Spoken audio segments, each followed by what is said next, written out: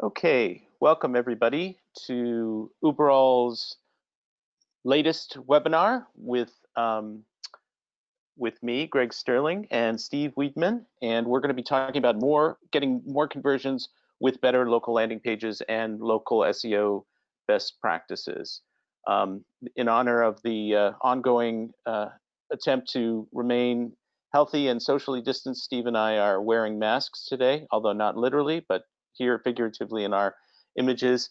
Steve is looking a lot more groomed than I am in my picture, and as in my look great, Greg. Look great. Yeah, thanks, Steve. And I'm wearing exactly the same outfit, it appears, as in my picture, although it's not an identical shirt. Anyway, so I want to tell everybody that they can send questions to us, which we'll have time for at the end of the presentations in the box. At any time during the presentation, submit your questions. We'll get to them at the end, and we'll also answer any questions that we didn't answer offline. So I'm super excited to have Steve here with me today. He'll do an introduction of himself, but he's a local SEO and SEO luminary, and it's great to be able to do a webinar with him on this topic, which is often neglected. Local landing pages, or landing pages in general, is not a sexy topic that gets a lot of coverage. You don't see a lot of conference presentations or webinars about landing pages, which is a very specialized but important topic. So what I'm going to do first to set up Steve's presentation, where he's going to present some great data on a study of about 100 restaurant chains and landing pages best practices. I'm going to sort of set the stage with some data that talks about the moment that we're in and what's going on in the market. Just for those who don't know Uberall, it's a company that manages digital presence for businesses that have physical locations. It's managing over 1.2 million business locations on behalf of 1,500 customers. And we have a cute graphic that sort of talks about the near me customer journey, which we have various products that address each of those stages. So as many of you may know, local search has been growing, especially since the advent of the iPhone, which is now 2007, I think, was when it was introduced. So it's like 13 years old. Is that right, Steve? 2007? Do you remember? For the iPhone update? Oh, yeah. No, we're not talking Google algorithms. Well, I was just talking about the iPhone. So that's when people really first started to take local search really seriously because of the connection between mobile and local. But in a universe of roughly 2 trillion annual search queries, about 700 billion by my calculation are local, and we can sort of debate what that means exactly, but suffice it to say it's a giant number. Yeah, that was 2007. Yeah, thank you. And then an even bigger deal than, we talk about e-commerce and we talk about local, and they have been this sort of bifurcated discussion and seen in opposition to one another. But really, and e-commerce is obviously growing pretty massively right now. But what's a much bigger story that has been neglected is the relationship between the internet and offline commerce, where people do lookups of business addresses, reviews, product information, research, what have you, and then ultimately wind up spending money in one form or another offline. I mean, think about real estate, think about cars, think about any product that you've bought in the last 3 to 5 years. You've done a search first, and so that number is very large. The online influenced offline transactions. Right now, the situation in different states around the U.S. and in Canada, of course, it's much better. But in the U.S., there's some very different circumstances. Some states are more normal, less incidence of the virus, and others are in kind of a quasi-lockdown mode still. But in general, I think people are being very cautious across the country. They're nervous to go into certain types of businesses, and they're staying at home for the most part. And that's shown up in foot traffic. There's a lot of foot traffic data out there, which is really interesting. Companies like Foursquare and Cubic and Placer AI and SafeGraph, and this one is Gravy Analytics, have these great tools that you can go to and check out different business categories or even different brands and brands with stores and see what the foot traffic year over year is like. And so I just grabbed these 4 data points to reflect that most foot traffic is still underwater versus what it was like in February, with the exception of home improvement stores like Home Depot and hardware stores, gas stations, grocery stores, and a few other categories. But restaurants, which we're going to be talking about later today, traditional retailers and gyms, among many others, are still not back to the baseline. So what that has meant is that people are buying stuff online, and everybody on this call is probably, probably already pretty heavy e-commerce shoppers, but people are doing even more e-commerce than before. They're doing new categories of e-commerce online shopping. There are a lot of new online believe it or not, first-time online shoppers. So it's seen explosive growth. I mean, Q1 to Q2 is almost 45% growth in e-commerce, and now as a fraction of overall total retail sales in the United States, it's about 16%. If you exclude certain categories, it's now in excess of 20%. So if you take out restaurants and fuel and certain other things, it's 20 or 21%. So Walmart just reported 97% e-commerce growth in the second quarter, and Target had even better results, almost 200% growth in online shopping. They said they had 10 million new online shoppers in the first half. That's people who were Target customers, presumably, who are going to Target.com for the first time and buying something there. And then this number is, go ahead. I would say, Greg, I know Target, that 195, that's all my wife, but the first one, Walmart, I got to know, was that like boxed wine? What percentage of that 97% was like the boxed wine thing? I think about 50 or 60% of those that 97% number is boxed wine. Exactly. Yes, alcohol consumption rates are way up, and people are getting much fatter, as as I can personally attest. Both of us. So this last number on this slide, curbside pickup, they reported. I mean, these are numbers that are growing from perhaps a small-ish base, but it's really striking that you're 700% growth in curbside pickup. So these are trends that might have taken years to really develop independently of the coronavirus, but now have been tremendously accelerated. And so you've seen a sort of establishment of behavior that is probably going to persist after the pandemic goes away. People buying online, picking up in store, or picking up at the curbside because it's convenient. The surprising part of that, Greg, is that a lot of those businesses that are offering curbside and outdoor and outside, they aren't addressing that at the content level or driving additional traffic to their landing pages using the change in search behavior. So for those who have multi-location brands and franchises who are watching, think about your content right now. That's an excellent, huge opportunity. Excellent point, and we're going to get into that when you talk about your research.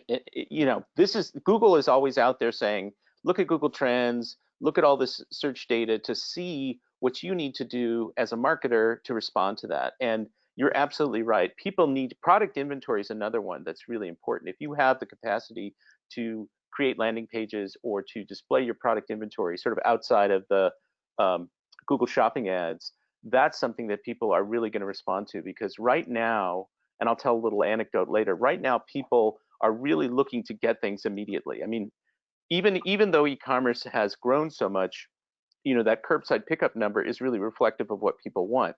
They want to be able to buy it and get it right away.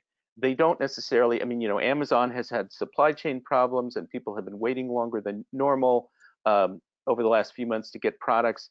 So product inventory in particular and landing pages that address consumer needs and consumer behavior are going to be really successful. So that's an excellent point, Steve. In the near future, we're going to see more e-commerce probably through the end of the year, as people still are wary about going into stores. We'll have to see what happens, and it's quite different in different markets. So that's another thing. If you're a multi-location brand or retailer, you really need to understand what's going on the ground in your particular markets and adapt to that. Some places people may be less resistant to coming in. Other places people may be wanting to just buy things online and get them at the curbside.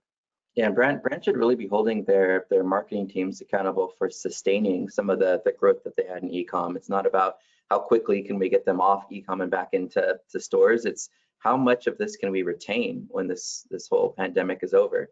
So pick a number, and hold the team accountable to sustaining that. I think that'll help get buy-in between the online and offline marketing teams, and hopefully keep growth on both sides. One of the challenges, I think, historically has been that retailers and others have kind of completely separated their e-commerce teams from their local teams or their traditional teams, and that has created internal friction, even competition, which has been encouraged in some places.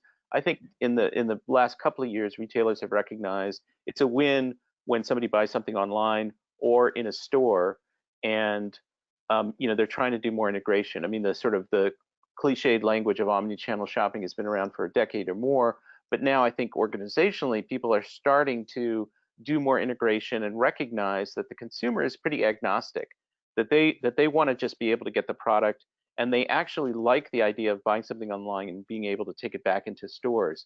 I once bought a shirt at Banana Republic in their outlet store online. When I got it, it didn't fit me, and I took it into a store hoping to get an exchange or a credit, and they told me I could not return it in the store because I had bought it from their outlet online, and it was a completely different back end, blah, blah, blah, all this internal operational stuff that I shouldn't have to care about, and they would not let me return the shirt in the store. So how much do I shop at Banana Republic now? Not at all. I just delete their emails pretty much immediately when I get them. So hopefully, there's much more integration going on in these retail contexts, recognizing the consumer preference and consumer behavior. Speaking of which, we see all the e-commerce growth, but what's also kind of interesting at the same time is that we're seeing a lot of concern about local communities and local businesses, small businesses, and preserving the integrity and character of local communities. So these are two surveys, one from Accenture, one from Nextdoor. Both of them stand for the proposition that people feel more connected now to their communities, and they expect that to continue after the pandemic is entirely over.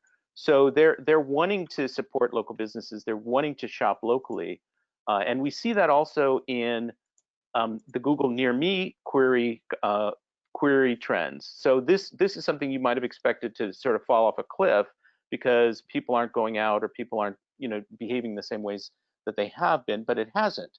In fact, there's been sort of peaks and valleys, but it's been pretty consistent. And so people are still very much looking for things around them. It's now it's COVID testing and grocery delivery, whereas once it was best Indian restaurant or something like that. Although pizza near me is still going strong, it looks like. So we've got these two seemingly contradictory trends. One where consumers want to buy local, support local businesses, and one where the behavior is clearly supporting this kind of massive e-commerce spike. So how do we reconcile those, or how do we understand those? As I said before, with the Target example of 700% curbside pickup growth, this is buy online, pickup in store, and it's a little bit older. It's May data from Adobe, but it shows this curve that's going famously up and to the right. People there's a sort of a hybrid model emerging that not everybody can participate in, but it's happening at the largest retailers where people are buying things online and then picking them up in the store and returning them to the store, and so it's not truly e-commerce, nor is it entirely a traditional purchase. The online transaction relies on the presence of the store to get the product, in some cases to be able to return it, and it's not obviously an in-store transaction. This is something that we're seeing increasingly also in a small business context in a different way. So like Google Maps and search, Google My Business has increasingly become a transactional platform, and Yelp also is embracing that. They just released expanded request for quote product with a lot of transactional features, including scheduling. So search, discover, consider, and then take action. Order food delivery online, book an appointment, etc., etc. So this is Google My Business in particular is increasingly moving from a sort of static directory to a very dynamic transactional platform where all kinds of things can be accomplished, but more often than not with offline fulfillment. The food is delivered, I've got the appointment, whatever it happens to be. So online transaction, offline fulfillment. I've just got a couple more slides and then we're going to get into Steve's material. But I wanted to also talk sort of about multi-location brands because that's what Steve will be talking about. There was a study just published by Forrester that was sponsored by Soci. And Soci is a company that manages online reputation and social media on behalf of multi-location brands and franchises. They're also an Uberall partner, but that's not the reason this is here. The reason it's here is because multi-location marketers increasingly are understanding that their customers interact with their brands, not at a national level, not on the national website. You know, they interact with them on local pages on social media, on Google My Business. The local store is the point of first contact, and sometimes the only contact with the particular brand. And this is a recognition that is sinking in and starting to have major implications for local marketing strategies, including landing pages, which we're going to get into. This slide, which is pretty dense, but you'll get a copy of all this stuff tomorrow with a link to the presentation. This reflects the operational and organizational challenges, which I sort of alluded to in discussing retail earlier, that multi-location brands face in effectively carrying out local marketing campaigns. You know, lack of resources, organizational silos, a traditional focus on national branding, national marketing with a lot of inertia around that, the challenges of responding to reviews at the local level. There's a lot of stuff, and a lot of it is really process and operational challenges. It's pretty interesting because people always assume small businesses are way outmatched by national brands who have a lot, you know, name recognition and a lot of resources and sophisticated marketing departments. But what our data, what the Uberall data show is that local businesses, small businesses, actually are much better at responding to reviews than national retail chains or national brands that have local stores. Which is unfortunate for sure. Oh, it absolutely is unfortunate. It's something that has to be remedied. Yeah. I mean, in some cases, the brand mitigates that, right? So if somebody is writing a bad review of McDonald's, that's not going to stop a customer from going to McDonald's. But in many other cases, there will be an adverse consequence if you're not responsive to your customers. That's a whole nother webinar, though. Yes, it is. All right, we can do that one later. Yeah. So one thing that's also very important for the landing page discussion and local SEO discussion, and most people understand this. This is a Google data point based on a survey. Most consumers will start a search with no particular brand or business name in mind, and this is especially true for small businesses. You know, if you're looking for somebody to paint your house or fix plumbing or replace your roof, build a fence, you're not going to start out with a brand search. You're going to start out with, you know, best, you know, roofer near me or whatever the query is, and that's true of products as well. So the vast majority, 90% of these search queries don't contemplate a particular brand, sort of traditional top of funnel queries.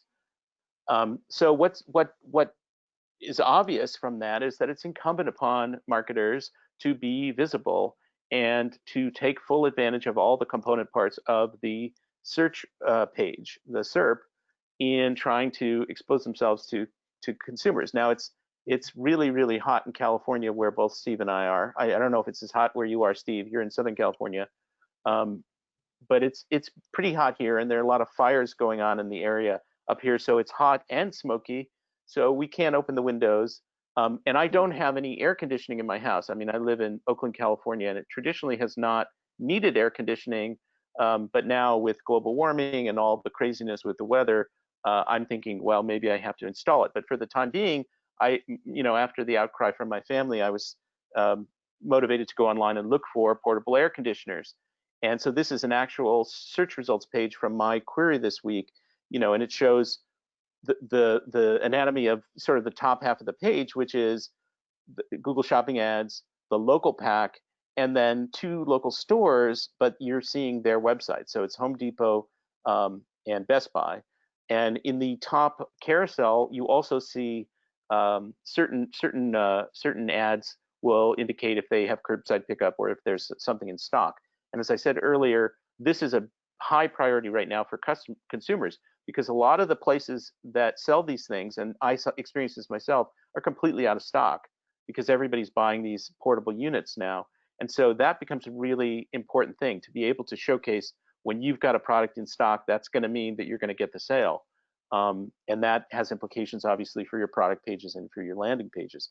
So you need to really fully leverage all these different components of the page, which people already understand. There's no video in here, interestingly, but that would be another thing. And content, there's content strategy implications for all of this stuff. And I think that is my final slide, and we will be making the transition to Steve in a moment. Now I get to see my hair again, which is always exciting for me. Perfect. Let's get going. Can you see my screen okay? I can. Fantastic. So Greg, that was absolutely incredible. And some of that data, it's got to be a little overwhelming to some of the smaller businesses who are like, who's going to do this? Who's going to get my products, into the ads above the map packs? And it can be really challenging. So if anyone who's watching, feels that same sort of overwhelming feeling, please reach out to us after the meeting, and we'll get you connected to somebody who can help. This shouldn't feel overwhelming. It should still be sort of fundamental to how you're going to get business to your site. And without search, most businesses really just get their business from word of mouth. So here's kind of a quick intro of me. I've been in search about 22 years or so. More recently, I've been transitioning to teaching. I'm teaching at UC San Diego, Cal State Fullerton, and Fullerton College, which starts next week. I was I guess we got called out as the industry MVP at the Searchies Awards a couple of years ago, and we love multi-location and franchise search. It's just been something we're passionate about, and we do get a lot of business from folks who have worked with us at other franchises and moved to other franchises. So I'm going to go through today and show you a little bit from what we've learned from some studies and kind of how we've taken all this information over the years and how it's culminated into a methodology for us. The way that we look at search holistically is that data is sort of the nucleus. It's the most important thing. If your data is not accurate, if it's not consistent, if it can't be validated by a search engine as a real location, no matter what else you do, you're going to struggle with trying to get that top results within a search or within a map search or within a blended universal search. So data is going to be the first place you want to start.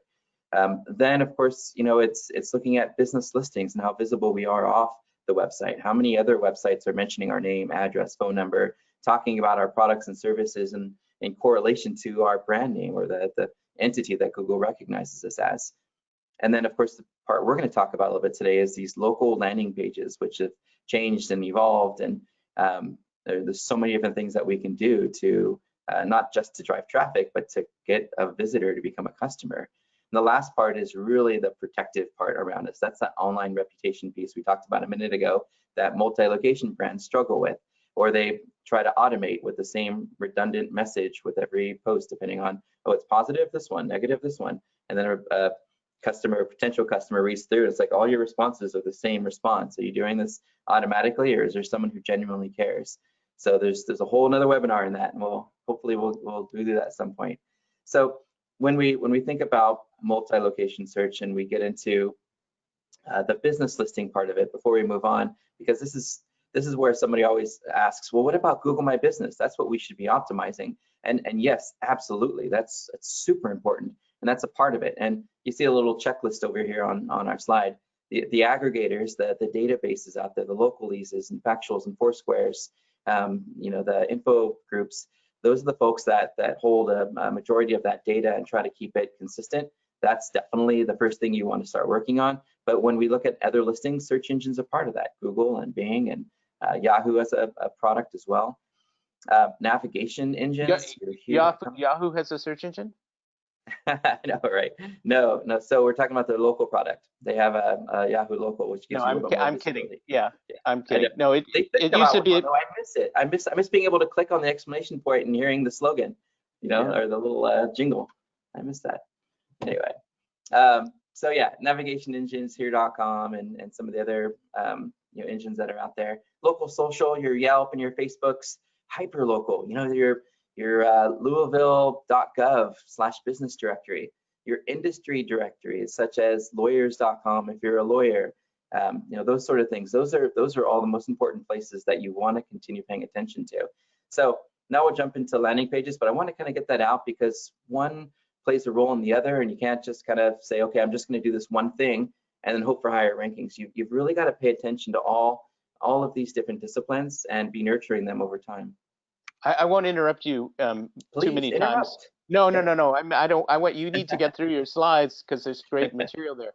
But I also want to throw in Nextdoor, which is often not included in these conversations. But Nextdoor is becoming an important place for local businesses to appear. It's true, and advertise. They have an advertising feature now too. And I think we mentioned this when we were talking before the webinar, that I'm my local neighborhood Nextdoor moderator. I don't know how I got stuck with it, but there I am. So every day I'm having to take a look and make sure no one's opening up a flame or talking about politics or whatever. So yeah, if you're not in Nextdoor, get in Nextdoor. It's worth it, and these are your neighbors. It's great. So here's what our little local landing page study entailed. We looked at 101 food and dining chains. We did refresh a lot of the data recently. Some of the sites were serving some 500 errors. I'm not sure if that's because they're going out of business or if they were just updating at the time. So we will have kind of more up-to-date data after the webinar if you're interested in kind of seeing some of those updates.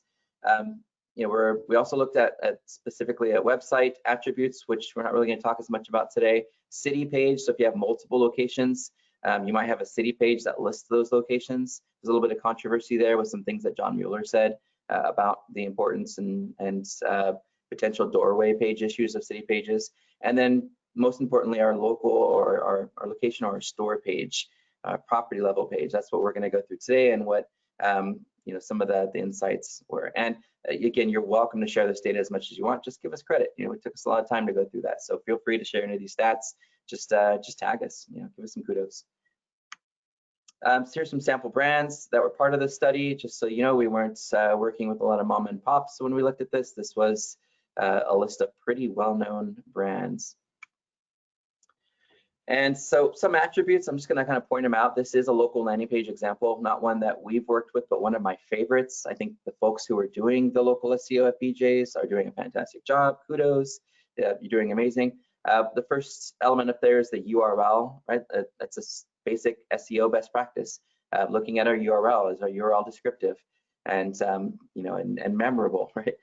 Two, making sure you've got your store locator on there. If you've got multiple locations, you've got to have a way for users to find your store. We work with some chains right now where you use their search feature and you only get menu items. You have to actually go to locate a store to get to the locator, which makes it a little bit frustrating. There's also, of course, the reputation part we talked about. There's number 3. You can see the star ratings, and we'll talk about that a little bit more in a bit. We've got the hours of operation, and we'll talk about that as well. We've got our name, address, phone number. We've got a get directions link. We've got that strong call to action, which should be a nice little floating button on your mobile. You've got specials, lunch specials, dinner specials. Those are all keywords that users will look for. Lunch specials near me, according to some of that trend data we just talked about with Greg. And then local highlights. There's your hyperlocal content. That's the content that makes this page different than the other BJ's page and helps it to rank and not get excluded. And same thing as we get into the local images. Is it the real image of that location, or is it just a generic image that you use for all locations? And lastly, more of that hyperlocal content. At the bottom of this same page, you can see where some keywords were used to help crawlers understand what this content is about, as opposed to just being name, address, phone number. There's some information that helps them to really know that this is a location in a specific area, and unique information. I actually content check this using quotes, and this is all unique to this page. So you've got your Google Map embed, you've got your hyperlocal content, again, reviews and ratings. And in this case, BJ's actually included some of their Google reviews as well, since a lot of people seem to trust Google sometimes more than native reviews. Native reviews can be gated or controlled, but with Google reviews, people trust them. And then other locations near me, it gives you a little bit more proximity search. So it helps when Google will know when they get to a very small city, when there's other cities nearby mentioned, oh, okay, you're talking about that city, even though I've got 17 of those in the country. I know you're talking about that one because I see a similar location nearby. So number one was page speed and content delivery. You've heard a lot about this since Google flipped the mobile indexing switch recently and said, hey, we're going to really hone in on mobile search. And what was interesting, Greg, a minute ago, you were showing your slide where you had a search result for the air conditioner. That was a desktop search, and I'm thinking, here I am telling all our clients mobile, mobile, mobile, and a lot of these presentations where we're showing data is all desktop, because in some circumstances we want a bigger picture. We don't want to just look on our phone. So I think it's still important to not just think, oh, mobile is all we care about, because desktop is still, and even now with the pandemic, I think more people are probably going back to their desks. There's some data. There's some data that supports that there is an uptick in desktop usage. Yep. Yeah, we're feeling it with some of the attorneys. We have attorneys with multiple locations as well, and I feel like desktop has gone up around 15% over the last couple months. So speed, they've made a big deal about how speed is important. I don't feel like this is a criteria where Google tests speed directly and says, I'm going to rank you lower. I think this is a criteria where they notice the user's experience is impacted.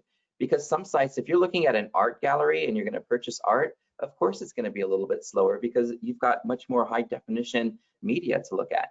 So I don't think if you're in a certain industry, that you should really obsess over speed.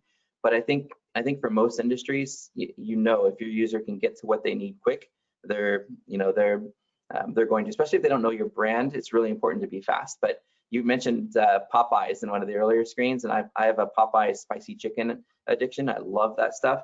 I will wait the whole 2 minutes for the page to load because I love their food, but it's frustrating and it's still not a good user experience. So, give and take. 8.5 seconds, that was the average. 100 food and dining locations. Yeah, way too long. Crazy. What was it Gary Isle said was like 2 or 3 seconds was the something like that. It's got to be much quicker. Yep. So native third-party reviews. Again, controversial in the sense that some users might say, oh, these are fake or gated, or they only put the good reviews on there. Some people don't trust them. Others do. I'm more interested in having unique content. So for me, the review is important, because the user might look at that and say, hey, this is going to be the social proof I need to make a decision whether I'm going to go here or order from here. But the fact that users are writing information that we own, not Google My Business or Yelp or any of those other platforms, but it's our information that we collected on our own forms, and we can use that, and it includes all sorts of keywords about their experience, adjectives to describe their experience, food types, service. There's so much user-generated content that could benefit the uniqueness of our pages if we're just willing to take in native reviews. And I know the moderation in doing that, the scaling part of it, I know we're going to probably chat about that in a bit, can be challenging, but get over it. And this is such an important part. And so native reviews, 4%, only 4% of the location pages that we looked at offered native reviews. So there's a huge opportunity. Structured data. Here's where some of the small business owners or small location owners are going to be like, what?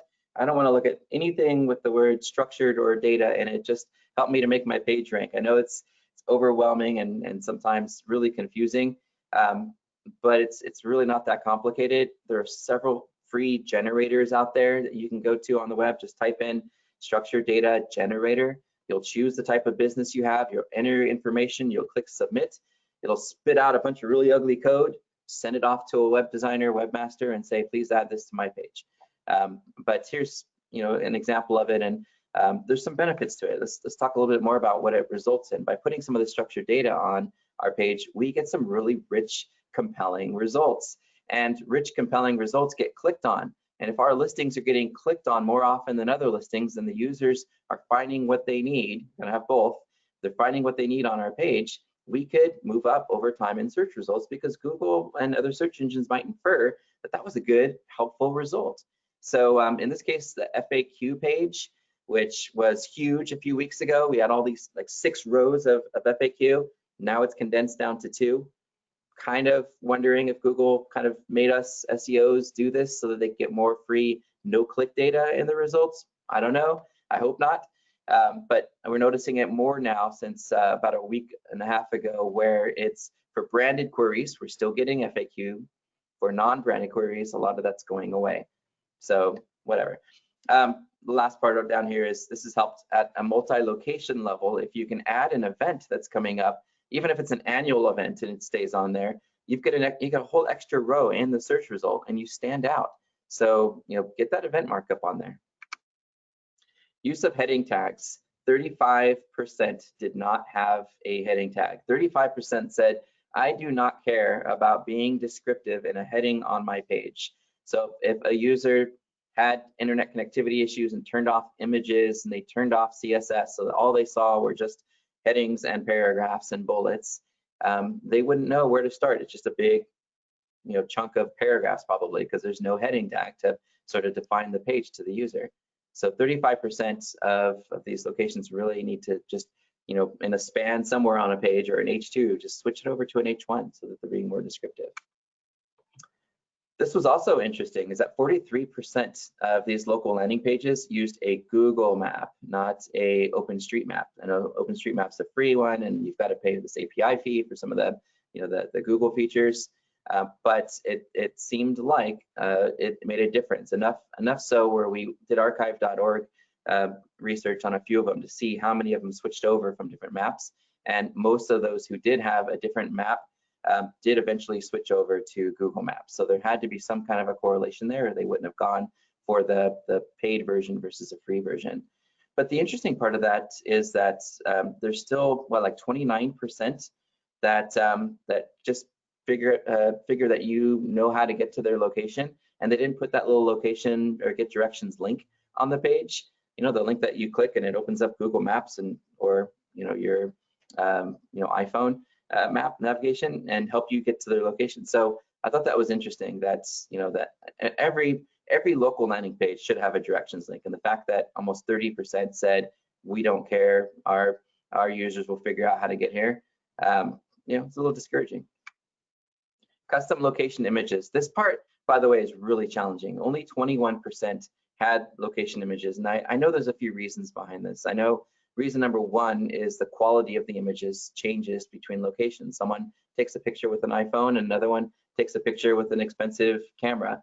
So there's differences in page content, so there's no consistency. The other part is that the buildings change a lot. Sometimes there's promos and name changes and branding changes, and it's expensive and exhausting, to go through that process. Steve, real quickly on this. This is an area where people could use social media and create incentives for their users to upload pictures or deliver pictures as part of a contest or some other kind of incentive, and that's a way that they could crowdsource these local images. But remember, there's still somebody at corporate who has to moderate every single one of those that come in. And getting somebody dedicated to do that in a period where there's still a lot of furloughs and layoffs can be really challenging. Yeah, so, for sure. But yeah, I love it. That's the operational challenges that we talked about. So true. So 88% had their business hours. So at least we know when we get to a local landing page, most of them, almost 90% of them, we know, if they're open or not. But only 31% actually emphasized whether they're open right now or not. And I think that's important because your eyes are sort of drawn to that. We want to limit the time it takes the user when they get to our landing page to make a purchase or to or to come in. So I think emphasizing that does take a fraction of a second off the time the user has to use to find whether you're open right now or not. I think it's worth it. Again, it's all about getting them through the transaction as quickly as possible. The number one or number two reason, I forget which, that people go to, that people do these local searches, used to be the case, is to get business hours information. Is the business open right now? That's either the number one or number two reason historically. Yep. And so supportive content, literally none of the food and dining local landing pages that we found had supportive content underneath that local landing page. Here's an example that helped us to get some recognition back in 2014 when Placeable had this big, NatLo top 30 score. And Meineke was the brand we were working with at the time, and we were able to create pages underneath that local landing page based on the type of service they were looking for. If you're food and restaurant, there's so many opportunities there to promote specials and lunch specials, and where the keywords modified by the city. There's so many different categories you could think about. For Meineke, it was oil change. It was also a little bit of an online reputation opportunity. If you have the reviews page underneath that local landing page and somebody does a search for your restaurant in your location and Yelp comes up #1 and they're filtering out all the good reviews, it's not fair. So get your reviews page up there and have your sorts of those reviews by the positive. I wouldn't filter or gate any of them, but start your default sort by positive so that that users can see that you're a good business. Coupons and online offline attribution. This is something, again, 0% of restaurants have done. None that we've seen do this well. Now, to be fair, some of the restaurants use mobile apps. BJ's does an amazing job where you can reserve your table, get on the wait list. You can go into the restaurant, you can make your purchase from the mobile app, and there's 100% attribution. But we're not talking about the mobile app. We're talking about somebody who performed one of those 90% of people who perform a non-branded search that Greg had mentioned earlier, who go, oh, this location looks interesting, and they go to the website and they hit that local landing page. This isn't somebody who already said, oh, I'm going to open up the BJ's app and go to BJ's. This is a non-branded query. So there's a huge opportunity here for you to track the keyword to actual revenue, and that's exciting because then you can look at where to optimize. We can look at where we can expand our paid search efforts. So many things that we could do if businesses just took the time to do some couponing. There's baby step ways to do that as well. With Skechers, one of the things that worked really well with them was just using a discount code. Now, you couldn't track the keyword to a sale, but we could actually trend how users were coming in and using that URL code. So that at the end of the year, we could say, hey, when we started, we only had this many people redeeming the coupon, this percentage of people, and at the end of the year, we had this percentage of people redeeming coupons. So there's some trend data that we could use to correlate success, even create KPIs around it if you wanted to, so that we can say, hey, let's try using a coupon code so that we can track to see if this local landing page effort's actually generating revenue, not just rankings. Who cares about rankings if you're not actually benefiting the company? Quick comment on this. Yes. Coupon tracking was the original sort of old school method of tracking online to offline, and it's now that there's foot traffic attribution through mobile apps and location data and all of that, it's gotten much more sophisticated. But this is a very basic way to do this. Plus the fact that right now consumers are really responding to incentives. Coupons and discounts are going to be a huge and important thing for Q4 and holiday shopping for everybody. So you sort of kill two birds with one stone. Yep, and it's a differentiator. If you've been kind of pogo sticking through results and you get to one that's got a discount or a coupon or an offer, it's enticing. It keeps somebody on the page. It's to me, it's probably one of the biggest opportunities. Hyperlocal content, and this is the one that's challenging. It is hard to scale, like the pictures we were talking about a minute ago. Here's that zoomed in screenshot from the BJ's Pizza landing page, where you can see they've actually used Cerritos restaurants and Cerritos regulars in Southern California. They're using words that they hope the bots will crawl and put them in queue to see how they perform for those search terms. But only 13% had them because it is so challenging to scale. Some ways that we've gotten over that is by sending out surveys to franchise owners or to store managers to get them to contribute. But if there isn't somebody to moderate that content, and it isn't questions that are evergreen in their answers, such as nearest historical landmark or nearest ballpark, something that's not really going to change, then it gets real challenging because you have to keep that content up to date. So template issues. So this is where unique content becomes more important. We've seen this more and more often. since we've already been looking at a little of this and a little bit of this, and you could figure out from the address where it was, I figured, oh, I'll just show this as an Applebee's thing.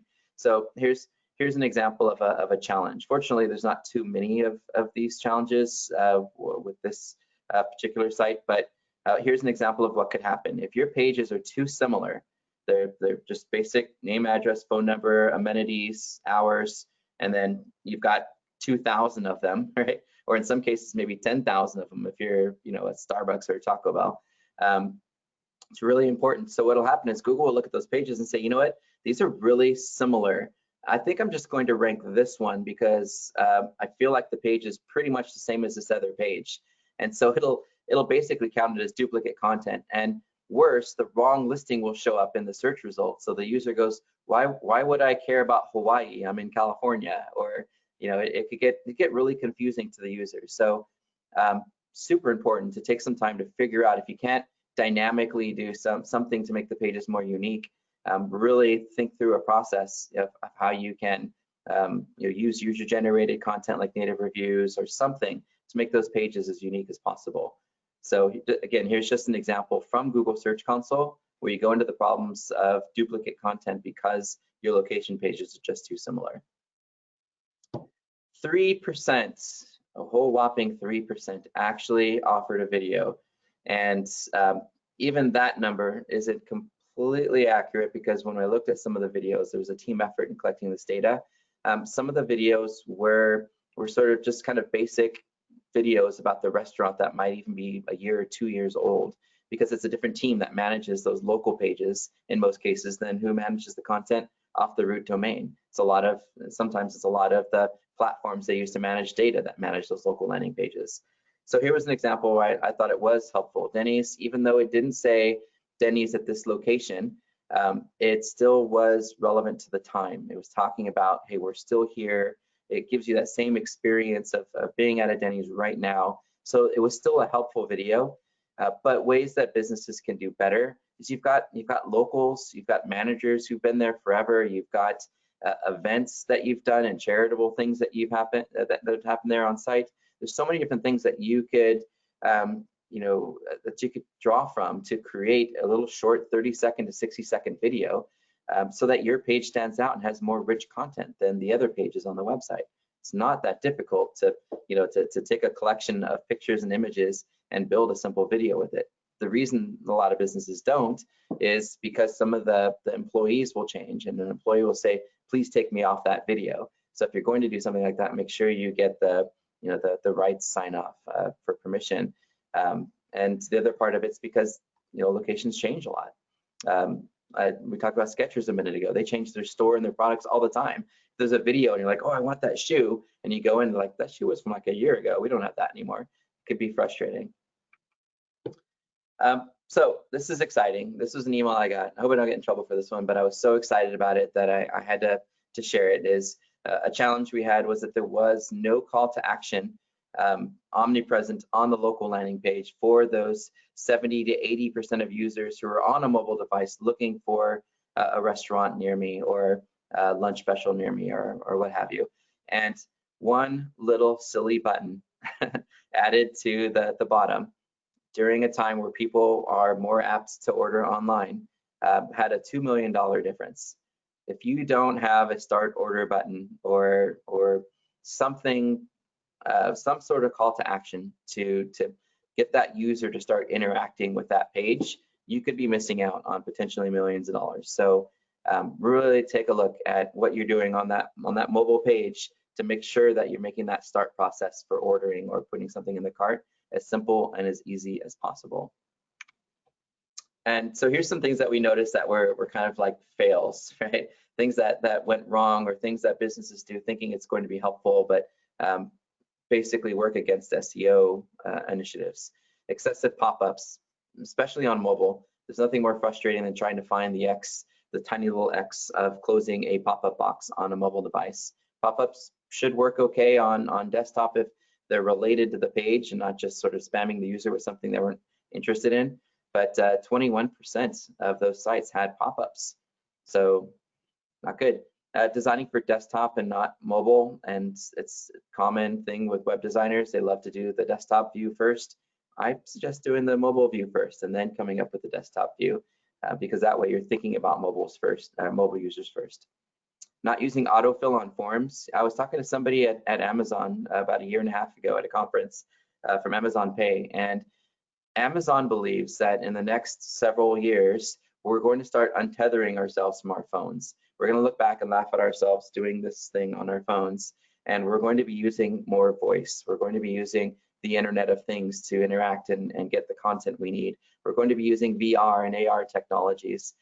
So if we're already doing that in our car and we're driving and our phone's way over here and we're not touching it, having something set up on your page so that eventually users can get what they need without having to touch the device is really smart planning.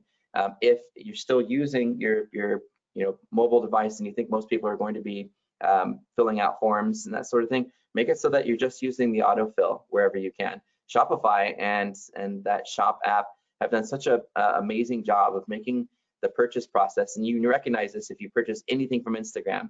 It takes 3 seconds. In 3 seconds, you're like, I like it, add to cart, autofill, purchase, done. And like, oh man, I just spent $50, and then you're like, you're not on Instagram again for a month because you realize how easy it is to make a purchase.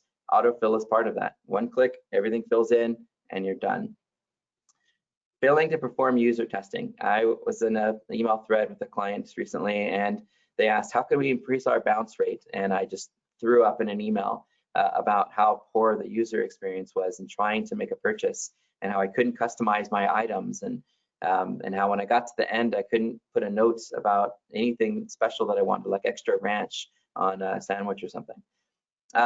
And then lastly, forcing users to download an app. I know we want more people using our apps, but forcing them to do it is a no-no, because a lot of people have no room left on their phones to download apps, and you'll lose them. If you say, hey, you can order online, but you have to do it from our app, you've lost them. You've lost a good percentage of those. So here's our checklist, here's our takeaway, here's our action item, our roadmap, or things that we're going to do after this webinar. We're going to really hold our technology team accountable for making our sites load as lightning fast as they can, unless you are hosting really high definition media and you need it. Get those images optimized, get your extra functionality that you don't need but are doing it just to make it look pretty off the page.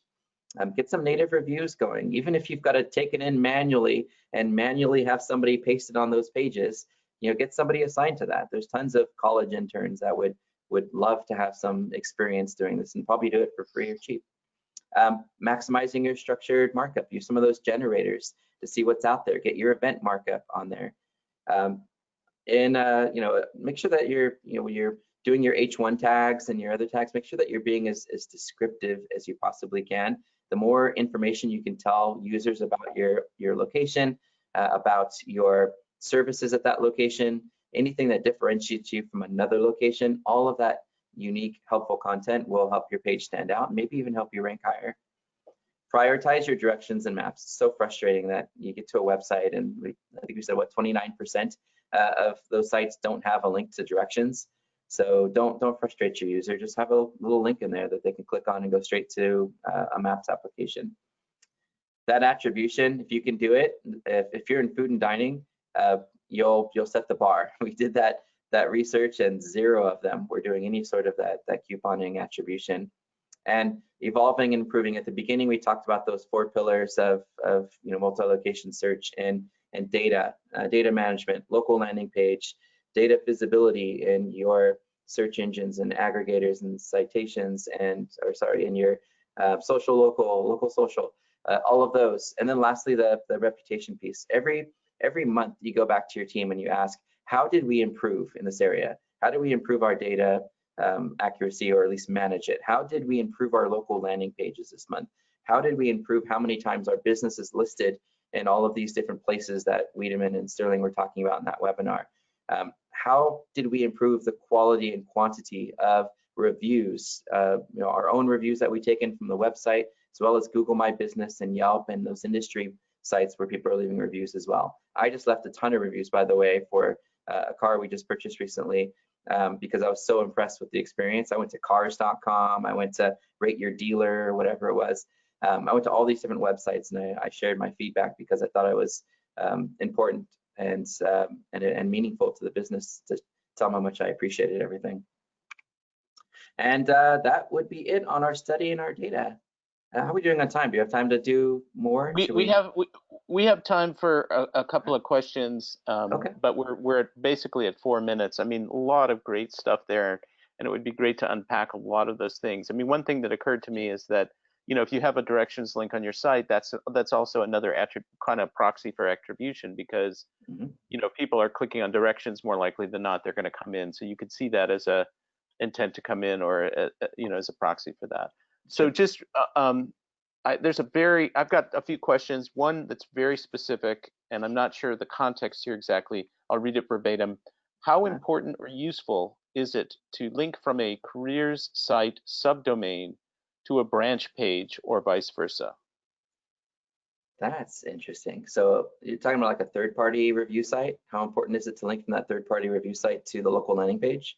Well, it says a careers site, specifically a careers site subdomain to a branch page, or vice versa.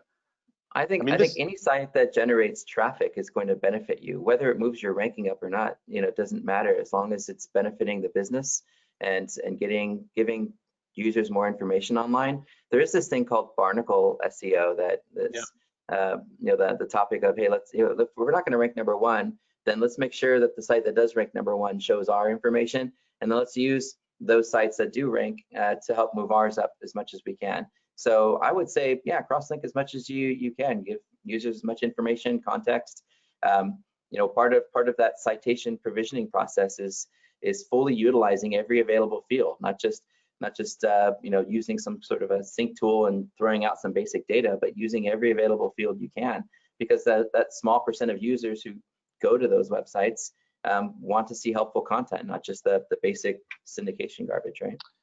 Yeah, and we don't have our contact details up right now, but when we send out the slides, we'll include those. And if you want to follow up with Steve on particular questions, you can. I assume that's all right with you, Steve, right?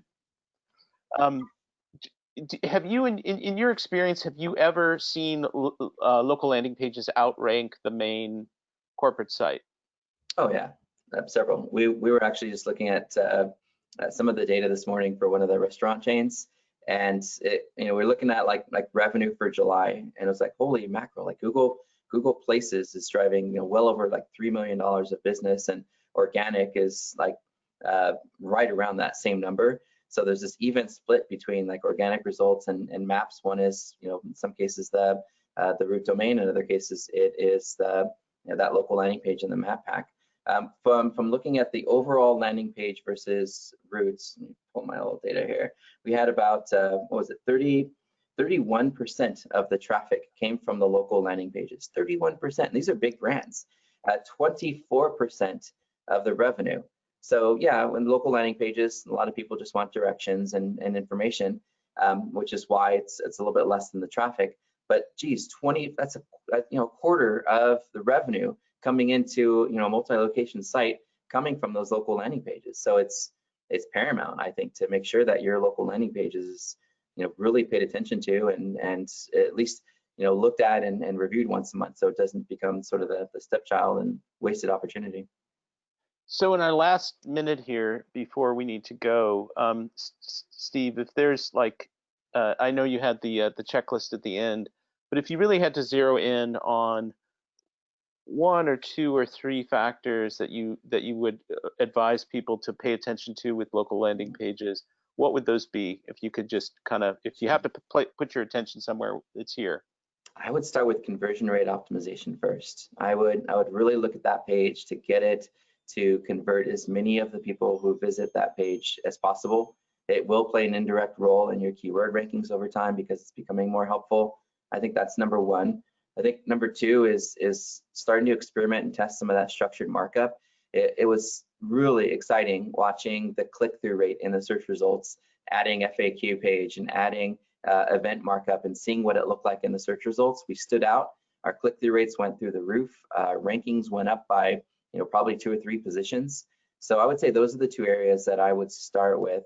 is really just doing some of that conversion rate optimization to get your visitors to become customers, and experimenting with some of the different types of markup that are available out there. Okay, with that, I want to thank everybody for attending. Thanks for your questions, although we didn't get to everything. Steve, thanks for your excellent presentation and advice. It was really a great presentation, which everybody who registered will get tomorrow, the recording and the PDF. And we will also send our contact information out if you want to follow up. So thanks again, everybody, and thank you very much, Steve. Thanks, Greg. All right, bye-bye.